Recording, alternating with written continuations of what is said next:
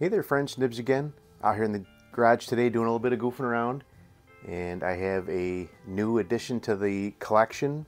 We're going to check it out here real quick to see if it even works. If it doesn't, I can rebuild it, but I've had pretty good luck getting these older guns and a couple drops of oil and everything's good. So, but this is one that I've already had in the garage for quite a while now. This is my Beeman AR-2078, which when you see this other one, you'll see a sharp comparison to this. The stock looks a little bit different. This is a early Beeman AR-2078. This other rifle here is actually a pre-Beeman, basically same manufacturer, but before Beeman picked them up. So these were made by and distributed by a company called Force. It does say right on it, made in China. It doesn't say anywhere on it a model number, but I did a little bit of research before I started the video up, and best I can tell, this is a Force TF79, and it looks like this one's in 22 caliber. Again, this one's not marked anywhere on this gun what caliber it is, but the pellet probe is much larger than my 177 caliber Beeman there.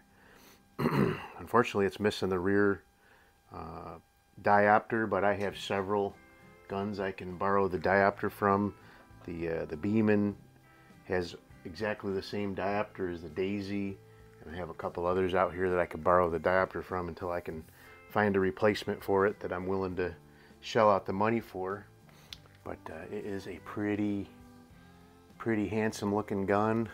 If you look down, let me see if I can get a little bit of light in there.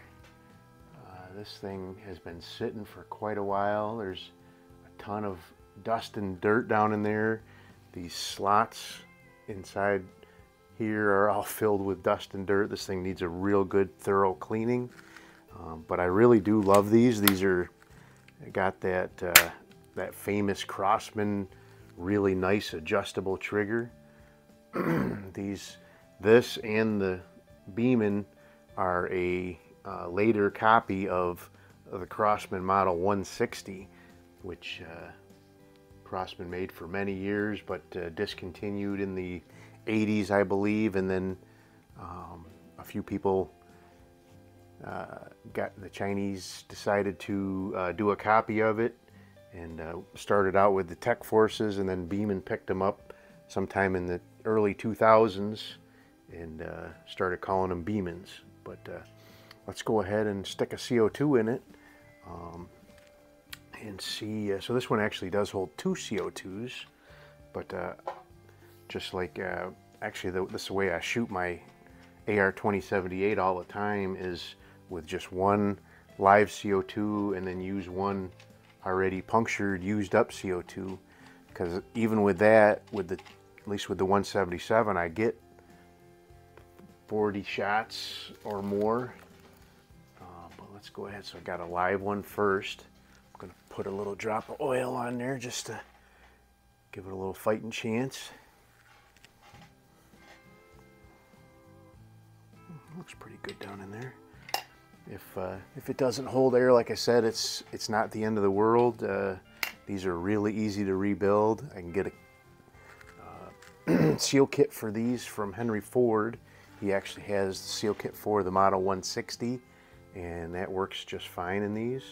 I actually rebuilt a QB78 for Denny, the flat broke air gunner, a couple of months ago now, using one of Henry's Model 160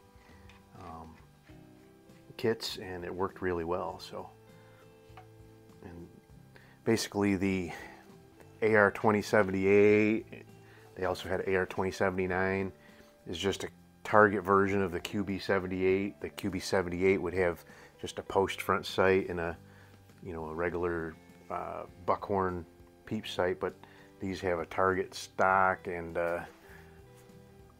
diopter peep sights and a front globe.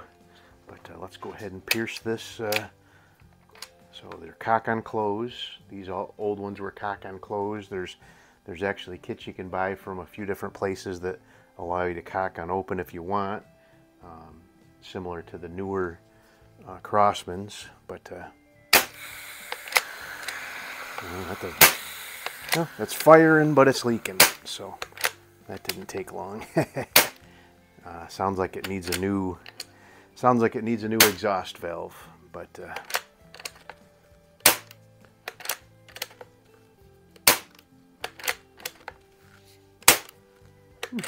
maybe it's let me throw a pellet in there. I didn't even set my downrange camera up because I wasn't really anticipating it holding air.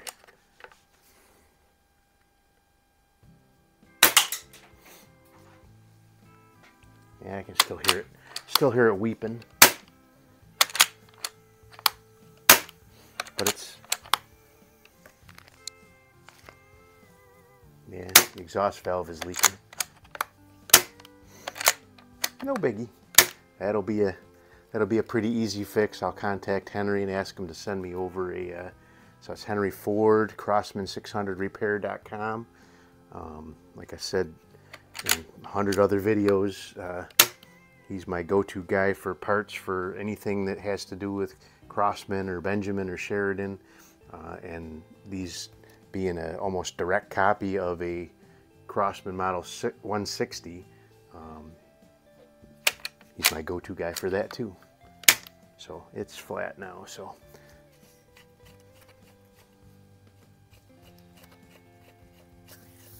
yeah, there's still a little bit in there, but we'll rebuild it. It'll be good to go.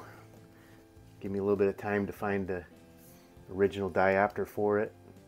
I have several out here that I can borrow to stick on here too, but that is pretty cool. So stay tuned for that. TF79 Tech Force, probably late 1990s, very early 2000s.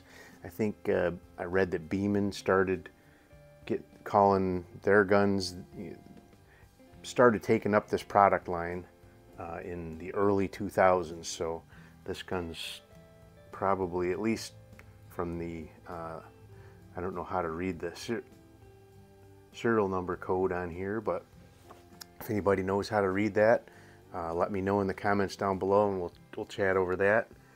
But this will be pretty fun. Really good shape, just needs a real good cleaning, but the stock is in amazing shape, and it's going to be a lot of fun. Might have to put a little scope on there, or maybe a red dot instead of a peep sight. I don't know. Nope, now she's flat. But anyway, I hope you guys liked the video. Till next time, have a great day.